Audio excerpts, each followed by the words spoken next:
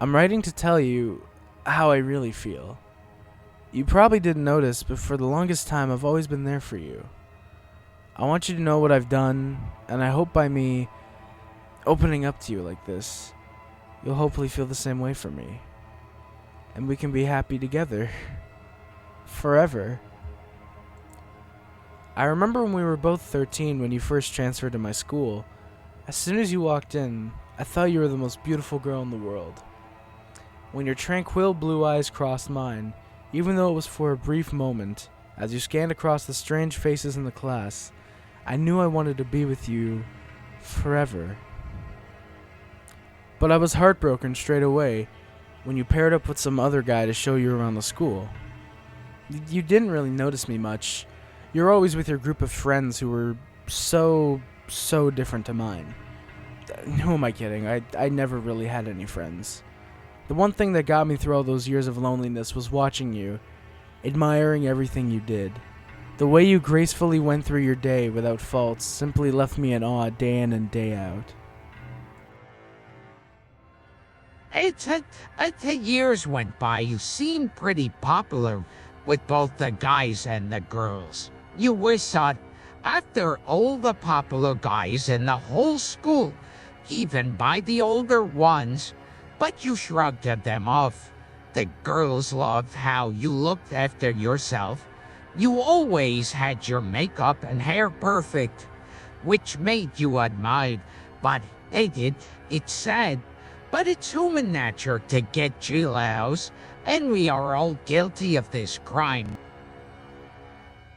But they ended up doing whatever was part my outline. I saw as they pushed you and the teachers weren't looking, they would shove you into any you held object, which more often than not was a law.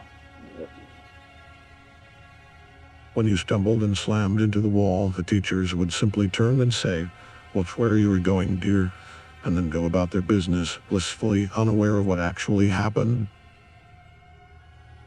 Witnessing it happen every other day burned me up inside. Seeing you had this torment for being better than them, it was painful to watch every time it happened. I hoped it would die down, but it got worse. I saw when the bullies would knock your drink over when you least expected it. Just because the most popular guy asked you out, I was there when they set your bag on fire in the woodworks class because they thought you were condescending when you tried to help them with their work, and I caught glimpse of that one time when they actually threw you to the ground outside the school gates and kicked you until you cried, simply because you tried to tell the teacher about what they were doing.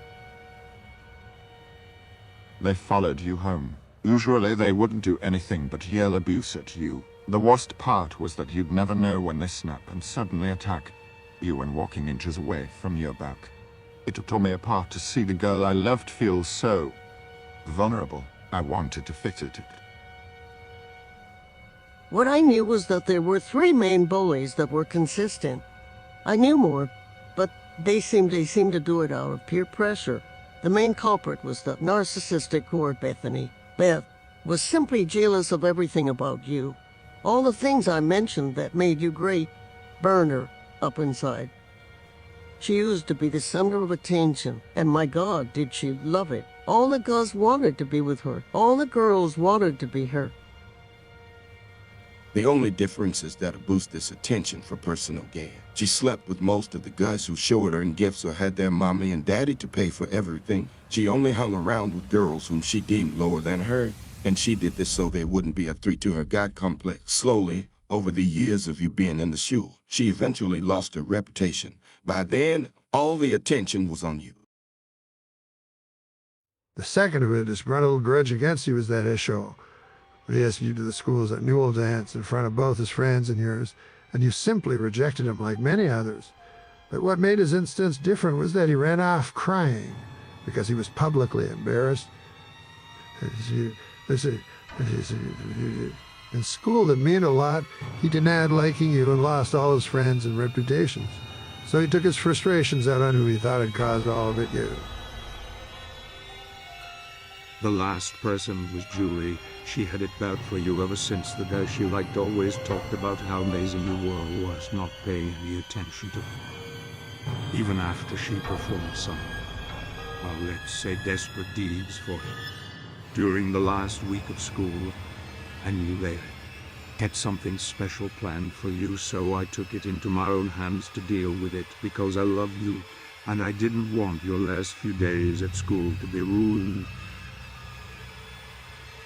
The first person I convinced to not mess with you anymore was Chris. Now he was much stronger than me, being into all the school sports. Plus, the steroids meant that I wouldn't be able to take him in a simple one-on-one fight. But in the end, that would be his downfall. I knew where he kept his steroids.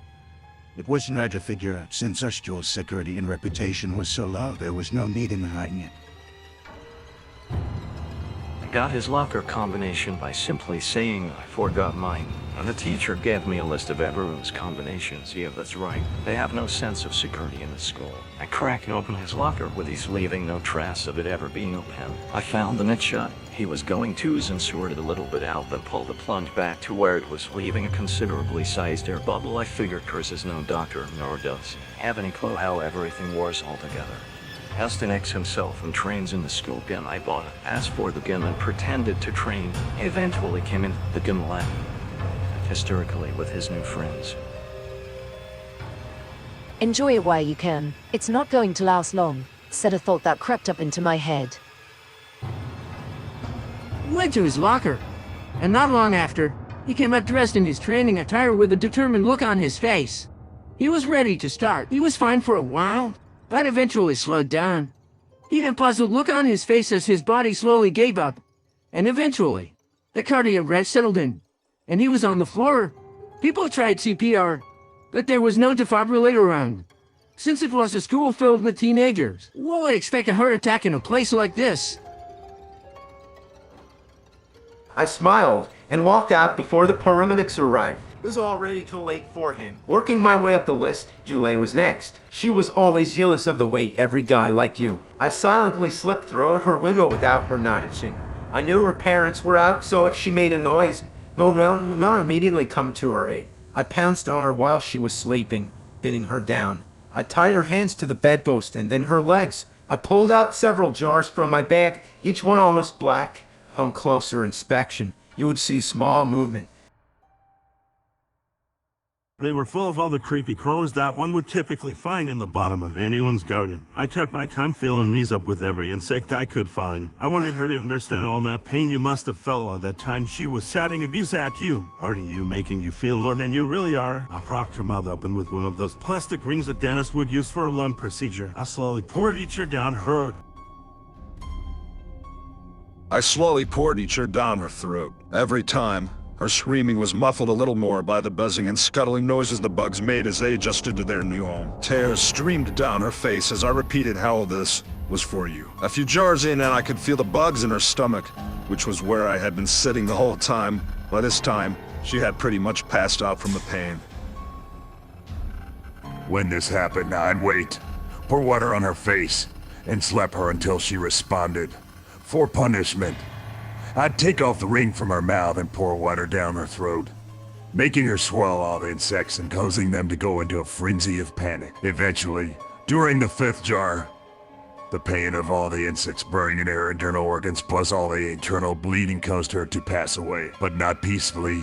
Of course, I saved the worst until last. I had something special planned for Bethany.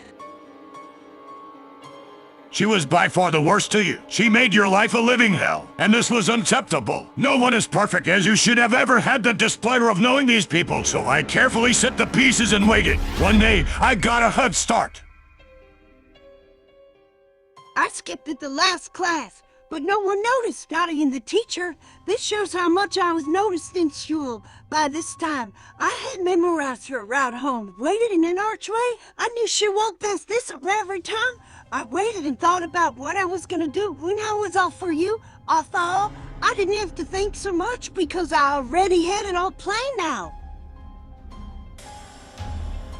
When I caught sight of her, I grabbed her and pulled her to the ground.